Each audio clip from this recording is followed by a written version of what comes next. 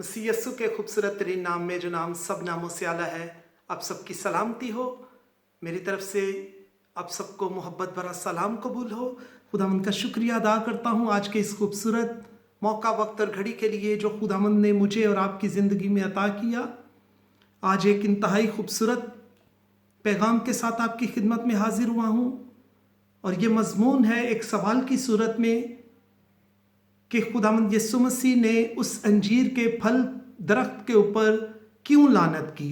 इसका जवाब हम अज़रुवे कलाम मुक़द्दस तलाश करेंगे, और सबसे पहले हम अपनी रहनुमाई के लिए तलावत करें कलाम खुदा में से मुक़द्दस मरकज़ की मार्फत लिखी गई अंजील, उसका 11वां बाब और उसकी 20वीं और 21वीं आयत कलाम खुदा में से तलावत करेंगे, जहाँ पर यूँ लिखा है, फिर सुबह को जब वो उधर से गुजरे तो उस अंजीर के दरख्त को जड़ से सूखा हुआ देखा। पतरस को वो बात याद आई और उससे कहने लगा, ए रबी, देख ये अंजीर का दरख्त जिस पर तूने लानत की थी सूख गया है। पाक और मुकद्दस कलाम का पढ़ा, सुना, समझा और कबूल किया जाना हम सब के लिए बाइस बरकत हो। खुदावंद का शुक्र हो। आज आपकी खिदमत में ये अर्ज़ करना चाहता हूँ इस अंजीर के दरख्त के ताल्लुक़ से कि तख्लीक के आगाज़ से लेकर दुनिया की इब्तदा से लेकर बाइबल मुक़द्दस में 3 तरह के दरख्तों का जिक्र जो है वो बेशतर मर्तबा हमें मिलता है। पहला दरख्त जो है वो उसे हयात का दरख्त कहा गया है। दूसरा दरख्त जो है उसे नेको बद की पहचान का दरख्त कहा गया है, और तीसरी तरह का दरख्त उसे अंजीर का दरख्त कहा गया है। पैदाइश 2 बाब की 9वीं आयत में हयात के दरख्त और नेकोबत की पहचान के दरख्त का जिक्र मौजूद है, आप पढ़ सकते हैं उसे। और तीसरी तरह का यानी कि अंजीर के दरख्त का जिक्र पैदाइश 3 बाब की 7वीं आयत में दर्ज है, जहां पर बुजुर्ग हव्वा और बुजुर्ग आदम ने जब गुनाह किया तो उन्हें ये महसूस हुआ कि हम नंगे हैं, और उन्होंने अंजीर के पत्तों से अपने लिए लुंगियां बनाई। आपकी खिदमत में यह भी सियाको सबाक के तौर पर पेश करना चाहता हूं कि एक रोज कबल जनाब मसीह को जब भूख लगी तो आपने दूर से नजर की इस अंजीर के दरख्त पर और इसे हरा भरा देखा। खूबसूरत पत्ते इस पर लगे हुए हैं। आपके शागिर्द भी आपके साथ हैं, और जब आप तशरीफ ले गए इस दरख्त के पास तो वहां जाकर गैर मुतवक्का तौर पर उस दरख्त में कोई भी फल नहीं लगा हुआ था, सिर्फ और सिर्फ पत्ते थे और उसमें कोई फल दिखाई ना दिया। और दूसरे रोज उसी वक्त आपने उस पर लानत की और कहा जा तुझ पर कभी फल ना लगे। और फिर ये जो आयात हमने तलावत की है ये वेरी सेकंड डे की है। आप फिर उस दरख्त के करीब से गुजर रहे हैं और मुकद्दस पतरस रसूल जो हैं वो ये कह रहे हैं कि ए रब्बी, ए उस्ताद, ए खुदामंद, ये तो वही अंजीर का दरख्त है जिसे कल शाम आपने लानत की, देखे वो जड़ तक सूख गया है। मैं आपकी खिदमत में एक बड़ी भेद की बात बताना चाहता हूं। नए अहदनामा में खुदावंद यीशु मसीह की ज़मीनी खिदमत के दौरान ये वाहिद एक वाक़या है, इसके अलावा और कोई दूसरा वाक़या नहीं मिलता जिसमें आपने किसी चीज़ पर लानत की हो। और इस अंजीर के दरख्त से मुतालिक चंद एक इंतहाई अहम मालूमात आपकी खिदमत में पेश करना चाहता हूं कि इस दरख्त पर फल से पहले पत्ते लग जाते हैं, जो कि इस बात की निशानदही होती है कि या तो फल लग चुका है और या फिर अनकरीब इस पर फल लगने वाला है।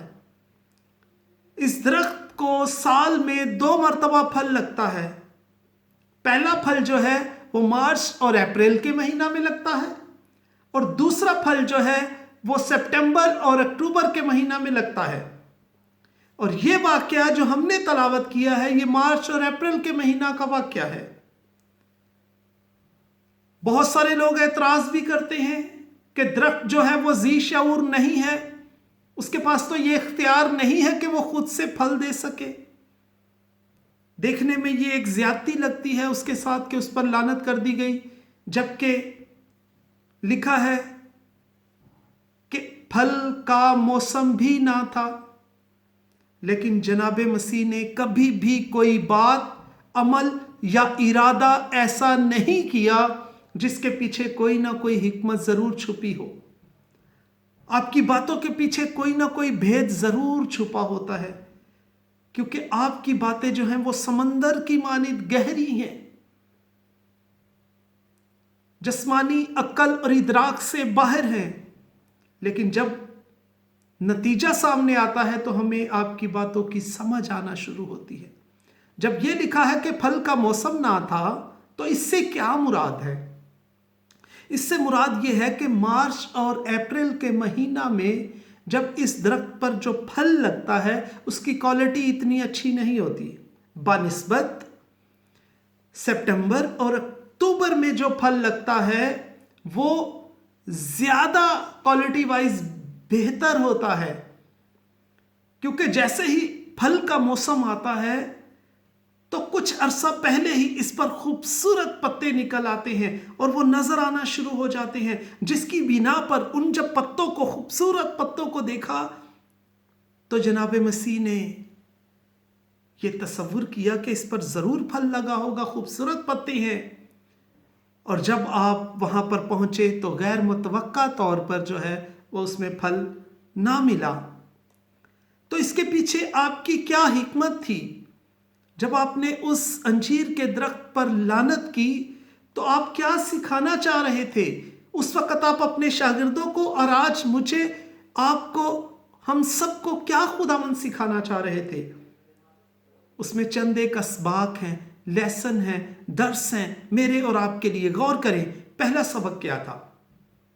پہلا سبق میرے اور آپ کے لیے یہ تھا کہ خداوند یسوع مسیح اپنے شاگردوں کو یہ سکھا رہے ہیں کہ جو کچھ تم ایمان سے مانگو گے وہ تمہارے لیے ضرور ہو جائے گا۔ تم ایمان سے اس انجیر کے درخت کو کہو گے تو یہ بھی سوکھ جائے گا۔ تم ایمان سے پہاڑ سے کہو گے کہ اکھڑ کر سمندر میں جا لگ تو وہ بھی تمہاری بات مانے گا۔ اس سے کیا مراد تھی؟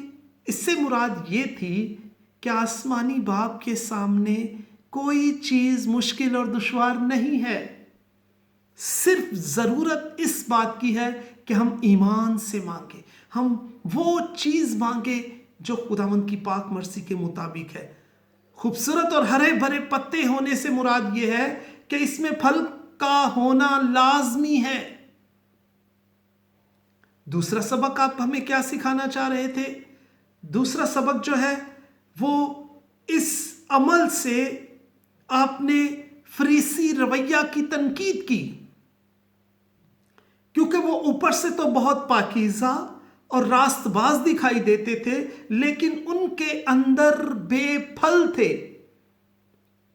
آپ نے فریسیوں کو یہی کہہ کر فرمایا کہ اوپر سے تم سفیدی پھری ہوئی قبریں ہو لیکن تمہارے اندر غلاظت بھری ہوئی ہے۔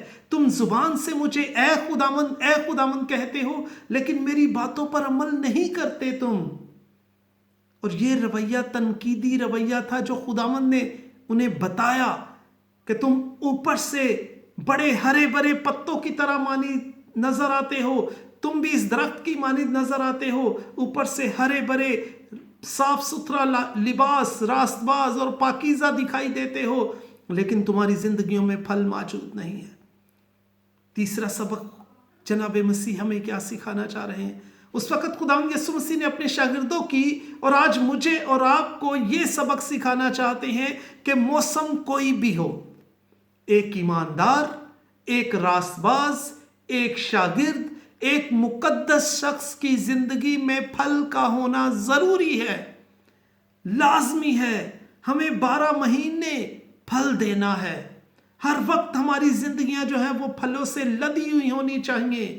اس لیے آپ نے کلام خدا میں فرمایا، تم نے مجھے نہیں چنا بلکہ میں نے تمہیں چن لیا، اور اس لیے چنا کہ تم جا کر پھل لے کر آؤ اور تمہارا پھل قائم رہے۔ یوحنا 15 باب کی 16ویں آیت میں हमने खुदावंद को नहीं चुना, बल्कि उसने अपने फजल, अपनी मोहब्बत, अपने प्यार, अपने करम, अपने तरस के बायस हम पर रहम और करम की निगाह की और हमें चुन लिया।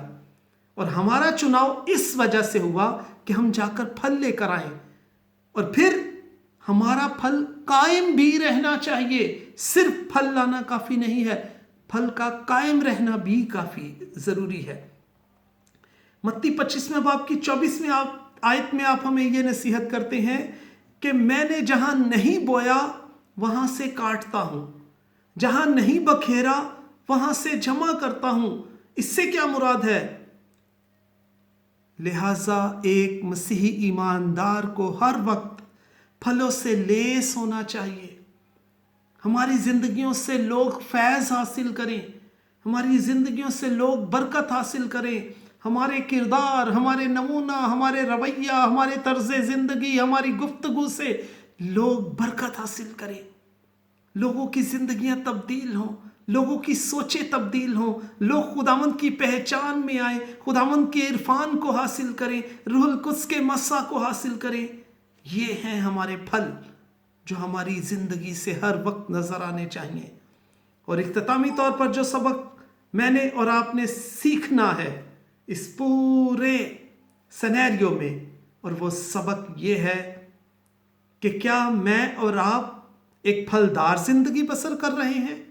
क्या हमारी ज़िंदगियों में फलदार है? क्या हमारी ज़िंदगियों में रूह के फल मौजूद हैं? मोहब्बत, खुशी, इत्मीनान, तहम्मुल, परहेजगारी, ईमानदारी, हिलम, ये सब रूहुल कुद्स के फल हैं। क्या ये हमारी ज़िंदगी में मौजूद हैं, या कि हम सिर्फ और सिर्फ दिखावे की हद तक महदूद होकर रह गए हैं? अगर उस अंजीर के दरख्त की मानिद मैं और आप सिर्फ ऊपर से हरे भरे दिखाई दे रहे हैं, खूबसूरत दिखाई दे रहे हैं, अंदर से बेफल हैं, तो याद रखें कलाम खुदा मुझे और आपको क्या फरमाता है। मुकद्दस लूका की मार्फत लिखी गई अंजील 3 बाब की 9वीं आयत। और अब तो दरख्तों की जड़ पर कुल्हाड़ा रखा है, बस जो दरख्त अच्छा फल नहीं लाता वो काटा और आग में डाला जाता है। मुझे और आपको ये अलार्मिंग पोजीशन है। अगर हमारी जिंदगियां भी सिर्फ दिखावे की हद तक हैं, उनमें फल नहीं है, लोग बरकत हासिल नहीं कर रहे, तो दरख्तों की जड़ पर कुल्हाड़ा रखा हुआ है। जो दरख्त अच्छा फल नहीं लाता वो काटा और आग में डाला जाता है। मैं और आप अजीजों अपनी जिंदगी पर गौर करें। अगर उस अंजीर के दरख्त की मानिद सिर्फ ऊपर से हरे भरे दिखाई दे रहे हैं, ऊपर से पाक नजर आ रहे हैं, ऊपर से रास्तबाज दिखाई दे रहे हैं, ऊपर से ईमानदार दिखाई दे रहे हैं, अंदरूनी तौर पर हमारी जिंदगी में रूहुल कुद्स की नेमतें मौजूद नहीं है, रूहुल कुद्स के फल मौजूद नहीं है, लोग हमारी जिंदगियों से बरकत हासिल नहीं कर रहे, लोग हमारी जिंदगियों से फल हासिल नहीं कर रहे। क्योंकि आप जानते हैं ये दरख्त की खसूसियात है। दरख्त फल देता है, दरख्त छांव देता है, दरख्त ऑक्सीजन देता है आपको, हर तरह से दरख्त आपकी जिंदगी के लिए बायस बरकत है। उसी तरह एक ईमानदार शख्स की जिंदगी भी बहुत सारे नॉन बिलीवर्स के लिए, बेईमान लोगों के लिए बाबरकत होनी चाहिए, ताकि लोग बरकत हासिल करें, लोग फैज हासिल करें। अगर नहीं तो दरख्तों की जड़ पर कुल्हाड़ा रखा जा चुका है। अगर मैं और आप फल नहीं लाएंगे, काटे और आग में डाले जाएंगे। खुदावंद इस पाक और मुकद्दस कलाम के वसीला से मुझे और आपको सोचने, समझने, परखने और इस पर अमली जामा पहनाने का फजल अता करे। आमीन। God bless you all.